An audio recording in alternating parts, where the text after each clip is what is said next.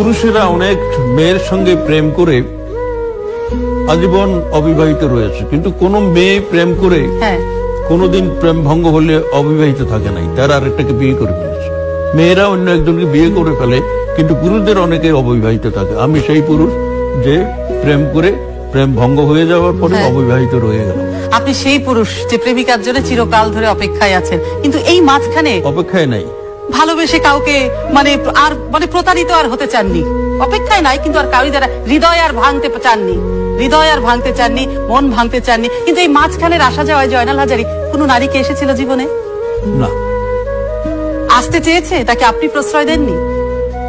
না, আমি আর নারী নিয়ে, আমি আর বিয়ে শাদী নিয়ে সিরিয়াসলি কখনো কোনো চিন্তাই করি। প্রেমের ব্যাপারটা অনেকটা এইরকম, প্রেমের মধ্যে কোনো স্বার্থ থাকতে পারবে না, এবং প্রেম মানে একজন আরেকজনকে কেয়ার করবে, তাই না? প্রেমের দুজন মানুষের মধ্যে যে প্রেম, সেই প্রেমের ক্ষেত্রে সবচেয়ে বেশি ছাড় একজন আরেকজনকে দেবে। কম্প্রোমাইজটা থাকতে হবে। হ্যাঁ, কম্প্রোমাইজটা থাকতে হবে, রেসপেক্টটা থাকতে হবে, আর ভালোবাসা তো মাস্ট। একটা প্রেম, দুটা প্রেম, কিছু একটা হলো তো ব্রেকআপ, তারপর আবার আরেকটা প্রেম, একটা বয়সের পর একটা এস্টাবলিশ ছেলে পেলে বিয়ে। এই সব কিছুর মধ্যে না ভালোবাসাটা নেই, এগুলো সব ইটিশ পিটিশ, এগুলো এক্স্যাক্টলি কোনো সম্পর্কও না। ভালোবাসা অনেক আলাদা একটা জিনিস, অনেক অন্যরকম একটা জিনিস। ভালোবাসার কোনো চাহিদা থাকে না, গিফট দিল কি দিল না, কি গিফট দিল, রুম খালি কি খালি না, কিছু ম্যাটার করে না। জাস্ট একটা ছোট্ট একটা ঘর, দুইটা মানুষ আর অনেকগুলো ভালোবাসা। নিজেকে কখনো মূল্যহীন ভাববেন না, একটু খোঁজ নিয়ে দেখেন, হয়তো আপনিও মূল্যবান। সেই গল্প থেকে নিজেকে সরিয়ে আনুন যে গল্পে আপনি সামান্য আগন্তুক মাত্র, আর ওই গল্পটিকে নিজের আপন করে নিন যে গল্পে আপনি হলেন প্রধান চরিত্র। দেখবেন জীবন অনেক সুন্দর। যেই মানুষগুলো কোনো কারণ ছাড়াই ছেড়ে চলে যায়, সেই মানুষগুলো বড্ড স্বার্থপর হয়। আর কেউ ছেড়ে গেলে তাকে ফিরে পাওয়ার জন্য যেই মানুষগুলো কান্না করে, তারা প্রচন্ড রকম বোকা হয়।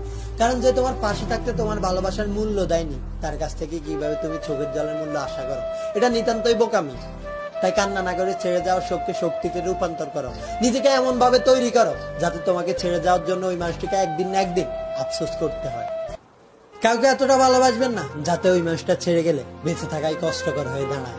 কারোর প্রতি এতটা দুর্বল হবেন না যেখানে নিজের অস্তিত্ব সংকটে পড়ে যায়। কারণ ভালোবাসা কোনো সস্তা পণ্য নয় যেটা যে কাউকে বিলিয়ে দেওয়া যায়। ভালোবাসা এক অমূল্য সম্পদ যেটার মূল্য সবাই দিতে পারে না। তাই যাকে তাকে নিজের সবটুকু দিয়ে ভালোবাসা উচিত নয়। কেননা এই জগতে সুসময় সবাই আপন হয়, আর দুঃসময় হায় হায় কেউ কারো নয়। অন্ধকারে যেখানে আপনার অভিমানের কোনো মূল্য নেই, সেখানে আপনার কোনো অধিকার নেই। অভিমান তৈরি হয় ভালোবাসা থেকে, আর যেখানে ভালোবাসাটাই নেই সেখানে অভিমান করাটা হাস্যকর প্রায়। কারণ এই সম্পর্কগুলো কখনোই রিয়েল না, ফেক হয়। মানুষ ভুলের ঊর্ধ্বে নয়, সবার জীবনে একটা না একটা ভুল হয়েই যায়, কিন্তু একই ভুল দ্বিতীয়বার করা কখনোই উচিত নয়। একটা কথা সবসময় মনে রাখবে, কারো মুনাজাতে থাকো বা না থাকো, বাবা মায়ের মুনাজাতে সবসময় আছো এবং থাকবে। তাই একটা অনুরোধ রইল সবার প্রতি, কারোর জন্য আত্মহত্যা করার আগে নিজের বাবা মায়ের কথা একবার হলো চিন্তা করবে।